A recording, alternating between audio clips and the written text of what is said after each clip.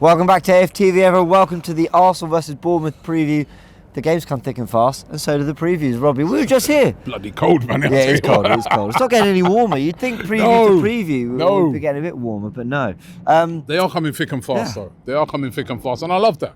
Yeah. I love that they're coming thick and fast. You know what I mean? Because every game we play is another game ticked off, and we get nearer and nearer to the Holy Grail if we can make it all the way. But this is another winnable game, James. It is. It feels like we only just hit 19 games. Remember everyone saying the halfway stage, not even halfway, but we're now well past that. Game 25, this is the 26th of the season. I'm not going to go into the run and all that because I do think we have to talk about game by game. But, you know, before we know it, we'll be getting into that crunch last 10. And I think Arsenal, it's only human nature to start sort of thinking, we're in March now, we're in a title race. This is serious. We are definitely in a title race, right? We've got, a game coming up this weekend that we can win. We can't take it for granted because, what happens at this time of year is that every team you play has something to fight for. Yeah. So True. Bournemouth are fighting for their survival. They're fighting for their lives. Mm-hmm. So anybody who's fighting for their life, it's never going to be easy. But we equally have something to fight for. A lot of times when we get to this stage of the season, we ain't really got much to fight for over the years. I mean, we did last year for the top four. But I just feel that, now we are getting towards that stage where I'm counting down the games. I'm looking at it and saying, right, Everton at home, game in hand, ticked off, 3 points in the bag, 5 points clear, and there's just no margin for error, but there's no margin for error for the chasing pack as well. No, you're right. There's a guy who just rode past, the Uber guy rode past, chatting about Man United. Man United are 11 points behind us. Yeah, that's true. Not discounting them, but again, they've got no margin for error. That is what that little buffer has done and really helped us. Yeah, very true. We are outside a very cold Emirates Stadium, 60,000 seat stadium. You'll have been reminded of that every preview we've done for home games. But it is a 3 p.m. kickoff on Saturday, 4th of March. That is UK time. Of course, you amazing gooners around the world will be tuning it at some mad hours. Fair play to all of you, to be fair. Yeah. Especially all of you join us as well at full time to discuss it. But amazing, the Arsenal community around the world. Arsenal are going to this game top of the league on 60 points. Bournemouth 19th on 21, a place below Everton in 18th, who we just beat. Let me just actually show you their last 5 results, okay? Because they don't strike me as a team that are in 19th. I'll read out. Okay, they lost 4-1 to City. City came here and beat us 3-1. They beat Wolves 1-0 away from home. They drew 1-1 with Newcastle. They lost 1-0 at Brighton to the late goal. And they got a 1-1 draw with Forest the game before that, who are in a slightly resurgent form. It's not a terrible run. Yeah, but it's not a great run either. No, you know what I mean? Nothing to be happy about. But and I think I watched that game. Last week when they played Man City, and they were playing at home, and it was a very one-sided game. And they could have had more, City. So I look at that game and I think to myself, we can do similar to them as well. I do feel it is an opportunity to get 3 points on the board against a team that are really struggling at the moment, especially defensively. They're a team that's going to really work hard. As I said, they're fighting for their lives. They do have bits of quality around the pitch, but I just feel that this Arsenal team now are focused on the target, which is to win the league. There's no, even though we're still playing it down, moving in a little bit of silence, but we know what the target is. Everybody knows what we're chasing. We've been at the top for literally the whole of the season. And now, those players are determined to get there. And I think this place is going to be buzzing as it was against Everton, and it's going to be a very difficult place for Bournemouth to come to. It's a must-win for Arsenal. Is it going to be a little bit the same of what we've had with teams coming to the Emirates? A lot of sitting back, a lot of, challenging Arsenal to break them down and find a way. Is that going to be the similar? I think expect that every game. They went 5 in the back against City. Even Manchester City, when they came here, right, went quite defensive and gave up possession, and that because they were very wary of the attacking capabilities of Arsenal. Even Manchester City, Manchester United were pretty defensive when they came here and tried to catch us on the counter-attack. So I expect nothing less than that. We know what's going to happen. I'd be shocked if Bournemouth came here on the attack. Yeah. You know, it'd be a very brave thing to do, but I'd be really, really shocked. Now, all we got to do, I feel, is just make sure that it's not a lackluster performance. It's not, you know, we started the game the other night a little bit lackluster, I felt, you know.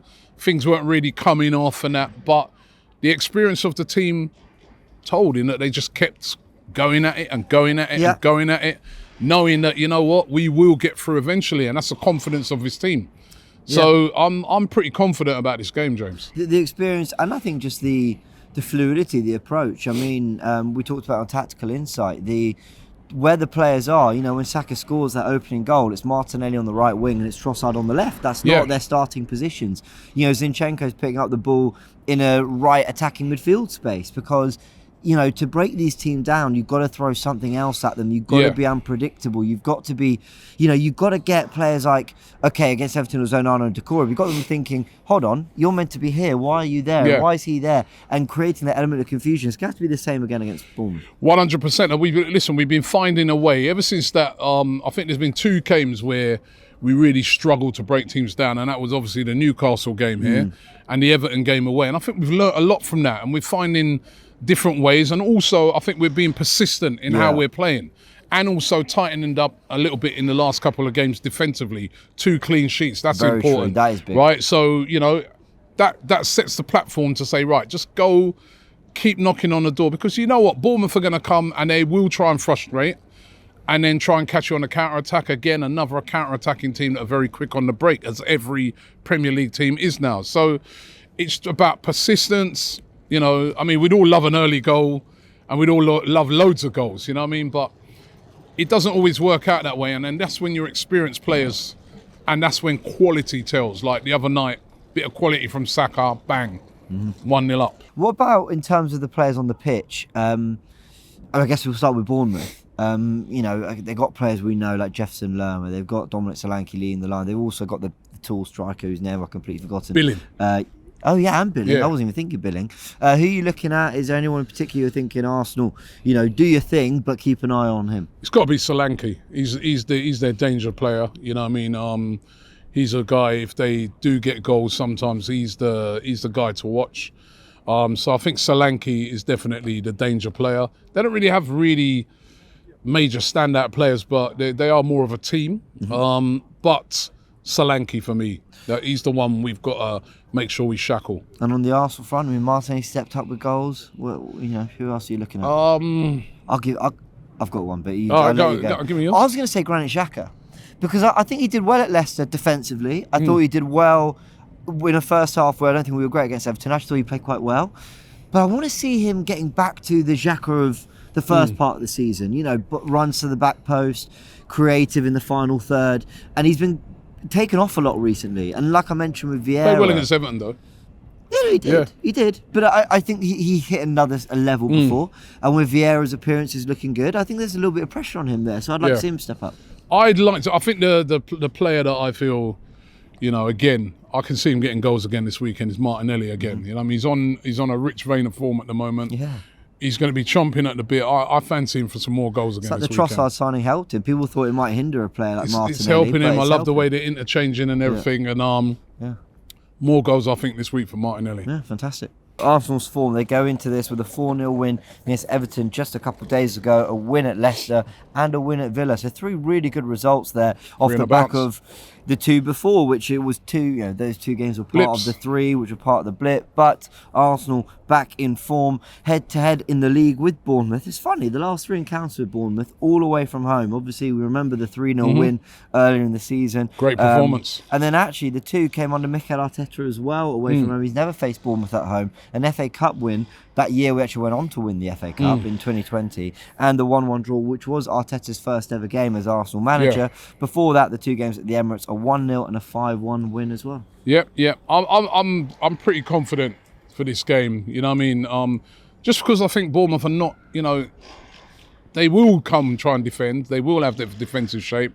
They will have a 5 at the back like what they did against, you know, Man City. But I just don't feel that they are even as good as, say, Everton, as you know, having that sort of formation. So I do expect goals in this game. I really do. And there's players now in that Arsenal team that are really confident and really playing well. Martinelli at the moment is on fire. Yeah. Saka is scoring regularly. Trossard is looking hungry, you know. Going to be interesting to see what the team will be. Well, that brings up the topic I will be interested to see what he goes with. Well, I mean, and what would you go with? I have to say, again, a little spoiler for tactical insight. I said the last 20 minutes, our chance creation went up massively. Now, whether that's just because we got the third, so we were relaxed, or whether it's because players like Vieira came on and he has been impressing. You know, is there anything you do there? Do you know what? I think I don't think there'll be a lot of changes, and I think the only reason why, I think he might have made a few more changes had we not had a Europa League game following that up during the week. I think that Europa League game that follows the Bournemouth game means that he might leave back guys like Vieira for that game. Yeah, I hear you. So I expect quite an unchanged team with him sort of saying, right, I think Partey will start. And quite an unchanged team where he says, right, guys, go out there, get me this Premier League win. And then guys like Fabio Vieira and that, you guys are going to start in the first leg of the Europa League away at Sporting. I just get that feeling. I think had it not been for that game, I think you may have seen a few more changes in the team. But I just feel that he's going to go with a very similar team. You know, I wouldn't change any of the front three. They were so good. Odegaard's got to start. Xhaka's got to start. Partey's got to start for me. And you wouldn't change any of the back line, you know, either. You know what I mean? But then you see more of the change. I really do feel, had it not been for that game, you could have seen a Tomiyasu and Tierney and these guys starting in this game, because you have got to keep players fresh. I agree with that. I think Vieira is knocking on the door, but I agree. I don't think this will be the game. This won't be the game, I don't think. But then, with all due respect to Bournemouth, and I mean this, there are legitimately no easy games. I know sometimes you come through and with a 4-0 win like Everton. Yeah. But again, for large parts, we had to work hard to break them down. So there are no easy games. But you'd also think 19th place at home in the Premier League is the game where you could afford potentially, without being arrogant, to rotate a little bit, look at the bigger picture of the season and European football to return. But I agree. I don't think he'll do that. I think he'll respect Bournemouth, and he should. And I just don't think that, as I said, because of that game, I just don't think there's a need to do that. You know what I mean? You can say to all those players, go out there, give me everything again, and then have a week off, right? And then we'll be back for that away game against Fulham, and I'm going to change it up a lot during the week. I really do feel, I just got that vibe that he might do that. It's I'm with you. All these games now are so important. You know what I mean? Every game is a cup final. Even this against Bournemouth. Yeah. They're cup finals. They're must wins. You can't slip up. You can't draw. You've got to win these games. You know what I mean? City will be playing before us, against Newcastle. We'll have eyes on that, but whatever happens in that game, we have to win. Yeah, so very important. All right, let's go into score predictions. Well, actually, just quickly on injury news, we know Jesus is back. We know El Neni long-term injury, but other than that, score predictions. Want to see Jesus on that pitch? Yeah, me too. Score predictions. I think I'm going for more goals again in this game. I'm going to go 3-0. I went 2-0 on Forever Arsenal. Yeah, I'm going 3-0. All right, let us know your score predictions in the comments below. Let us know what you're feeling ahead of this game, what you made of the Everton performance. Go check out all the other content. Invincibles is out, Forever Arsenal is out, Tactical Insight. We have covered everything from the post-game Everton to the pre-match Bournemouth. Go check out on AFTV and follow all our coverage on Saturday. Another game, as we said at the beginning of the video, they come thick and fast, but it's not getting any warmer. My hand is absolutely frozen, so we'll leave it there. Big thanks, Robbie. Catch you on the next one. Shop for AFTV merch at shop.aftv.co.uk. Subscribe to us on YouTube. Follow us on Instagram, Facebook, Twitter, TikTok, Snapchat and Twitch. We've got content for every platform, so check it out.